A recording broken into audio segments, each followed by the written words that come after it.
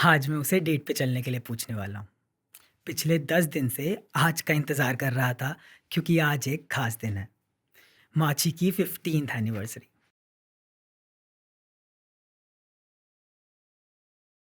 माची, मेरी माँ। यूँ तो उनका नाम माची था पर चौल के बच्चे खेल-खेल में उन्हें मच्छी माँ कहकर बुलाते थे। जब कभी किसी बच्चे की माँ उसे मेरे साथ खेलने के लिए मना करती थी ये बोल के कि मैं सबसे अलग हूँ, माची तुरंत ही उसकी माँ से लड़ाई करके मुझे घर ले जाती थी और फिर मेरे साथ पूरे 2 घंटे तक सांप-सीढ़ी खेलती थी। पर मुझे कभी समझ नहीं आया कि लोग मुझे अलग क्यों बोलते हैं और ना ही माची ने मुझे कभी ऐसा महसूस होने दिया। 9 साल का था मैं जब चौल में एक हुजूम आया और भगदड़ मच गई। माची आई और मुझे तुरंत ही संदूक में छिपा दिया। मैंने पूछा, कब तक छुपना है यहाँ? तो वो बोली, जब तक बाहर से आवाजें आना बंद ना हो जाएं, और अगर बाहर आने के बाद तुझे मैं ना दिखूं तो नमकीन के डब्बे से पैसे लेकर यहाँ से कहीं दूर चले जाना।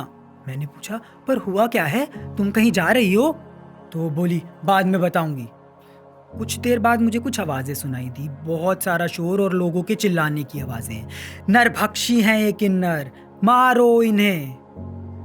हमारी चौल में माची के अलावा और भी किन्नर थे। कब ये शोर लोरी बन गया पता ही नहीं चला और मेरी संदूक में ही आंख लग गई। जब आंख खुली तो कोई आवाज नहीं सुनाई दी, बिल्कुल सन्नाटा था। संदूक के बाहर निकला और माची को आवाज लगाई, पर घर पर तो थी नहीं माची। घर का सामान बिखरा हुआ था और खिड़की के कांच पे टूटे हुए थे। जैसे ही घर के बाहर कदम रखा तो देखा हमारी चौल लहू से लथपथ हो चुकी थी।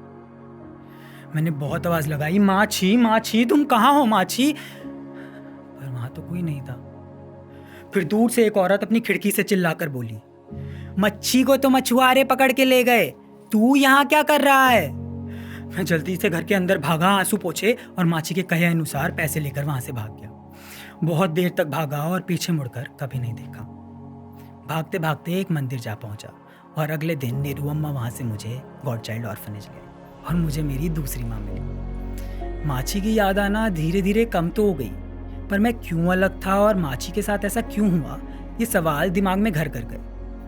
नीरू अम्मा ने मुझे वो सब कुछ दिया जो शायद माची मुझे देना चाहती थी, पर इन सवालों के जवाब मैंने नीरू अम्मा से मांगने की कभी कोशिश ही नहीं करी, क्योंकि ये सवाल माची और मेरे बीच के थे और इनका जवाब मुझे खुद ढूंढना था। जैसे जैसे बड़ा होता गया तो सब कुछ समझ आ गया और जिंदगी का एक मिशन तो मुझे मिल ही गया था। अभी 2 साल पहले जब नौकरी लगी तो अपनी दूसरी माँ को भी अलविदा कह मैंने किराए पर घर ले लिया।